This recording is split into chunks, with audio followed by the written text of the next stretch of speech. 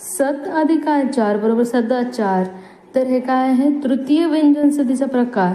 कर अधिक ऊन बरोबर करून. तर पहिला स्वर इथे लोप पावल्यामुळे हा पररूप संधीचा प्रकार आहे. शुद्ध अधिक पिपासा बरोबर शुद्ध पिपासा. तर हे व्यंजन आल्यामुळे हे प्रथम व्यंजन संधीचा प्रकार आहे. चंद्र अधिक उदय बरोबर चंद्रोदय. अ प्लस उ बरोबर ओ झालेला आहे, म्हणजेच हे गुणादेशचा प्रकार आहे. नि अधिक विकार बरोबर निर्विकार.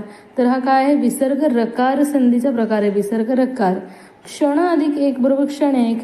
तर पहा अ च्या पुढे ए आल्यामुळे ऐ हा स्वर झालेला आहे, म्हणजेच हे काय आहे? वृद्धादेश. वृद्धादेशचं उदाहरण आहे.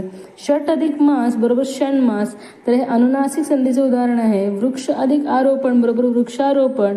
तर हा स्वर संधीचा दीर्घत्व संधीचा प्रकार आहे विद्यार्थ्यांनो, कारण इथे पहा दुसऱ्या अक्षराला इथे काना आलेला आहे, वृक्षारोपण झालेलं आहे.